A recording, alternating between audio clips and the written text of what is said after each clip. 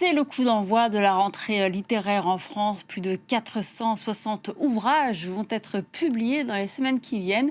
Et on prend la direction de Londres pour vous retrouver, Isabelle Claret-Marchand. Merci d'être en direct avec nous. Vous êtes propriétaire de la librairie française La Page, donc, qui est à Londres. Alors déjà, la rentrée littéraire, c'est un phénomène français. Est-ce qu'il y a un équivalent au Royaume-Uni, là où vous êtes ? Alors, il y a un équivalent, mais bien sûr qui n'est pas aussi fort que la rentrée littéraire française. Mais nous, dans notre librairie La Page, qui est une librairie 100% francophone, c'est vraiment la rentrée littéraire française qui nous intéresse et qu'on met en avant effectivement à partir de cette semaine. Alors, les ventes de livres déclinent en France. Dans votre librairie, donc, qui est à Londres, est-ce qu'il y a plus ou moins de clients? Est-ce que vous ressentez ce déclin de l'édition? Alors, les ventes déclinent. Les librairies, globalement, en France, mais dans le monde entier, ont subi vraiment un déclin très fort ces 18 derniers mois. À l'étranger, on a toujours des particularités qui sont propres à notre éloignement géographique, selon les pays qui sont aussi propres à leur environnement politique, etc. Voilà, mais c'est sûr que c'est toujours un combat et un rôle vraiment important que les libraires ont à mettre en avant, qui est de faire venir les gens en librairie, évidemment. Le Est-ce rôle du libraire est absolument indispensable. est-ce que vous, par exemple, vous avez senti que votre clientèle avait évolué et de quelle manière?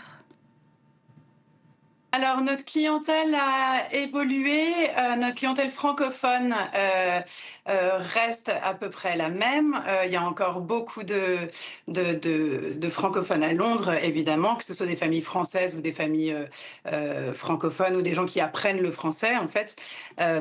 Donc oui, la librairie est toujours présente. En revanche, c'est vrai que le nombre de francophones Hmm. maintenant ne permet de soutenir qu'une seule librairie française. Ouais. Alors, c'est la rentrée littéraire, c'est aussi la saison des prix littéraires. Alors là, je vais m'adresser à vous également en tant que lectrice et libraire qui pouvait conseiller des ouvrages. Est-ce qu'il y en a qui se distinguent cette année? Alors, cette année, vraiment, la rentrée littéraire est assez fantastique. On doit dire que l'année dernière, la particularité de la littérature française, c'est qu'elle était très introspective, que chacun parlait de son deuil, de son enfance, etc. Cette année, il y a vraiment un phénomène génial qui est que l'actualité se mêle complètement à l'intime. Donc, c'est comme si tout à coup, les écrivains avaient, je ne sais pas, s'étaient emparés à la fois de la guerre, du climat, des violences ordinaires, et on avait fait quelque chose de très personnel. Donc, je peux vous dire en 4 titres ou en 5 titres vraiment ce qui illustre cette alternative entre la réalité et la fiction. Karim Katan, par exemple, revient aux éditions Elisade avec un livre qui s'appelle Septentrional, où il nous conduit toute une nuit dans une voiture dans un pays qui est vidé par la guerre. Donc ça fait vraiment écho au conflit du Moyen-Orient, mais sans jamais le nommer. Et il tourne cette catastrophe en mythe. Donc il y a vraiment on est tout le temps en alternance entre le mythe et la réalité. Un autre livre vraiment intéressant qui est le 5e livre de Xavier Leclerc. Xavier Leclerc qui rajoute encore un tableau à sa fresque sur l'Algérie et sur la colonisation en Algérie. Le garçon ébloui, qui sort chez Gallimard, et qui raconte particulièrement les années 60 et les essais nucléaires qui ont eu lieu en Algérie. Et tout ça est aussi porté par un lien extrêmement tendre entre un père et son fils. Donc vraiment, encore une fois, on a la psychologie humaine qui vient en support de l'histoire.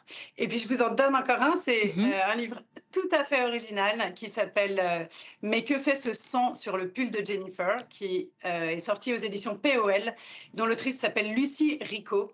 Elle nous raconte l'histoire d'une femme qui sort d'une espèce d'amnésie de 30 ans, et avec elle, on va remonter le fil de sa mémoire et le fil de son enfance, parce qu'elle vient d'une famille où tout a été tu.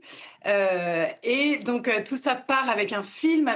Donc, c'est un roman extrêmement original, qui est à la fois très cynique et d'une certaine violence psychologique, très, très aiguë, et qui est vraiment bouleversant. Je vous en donne encore un petit dernier, mais parce Allez-y. que j'ai beaucoup aimé.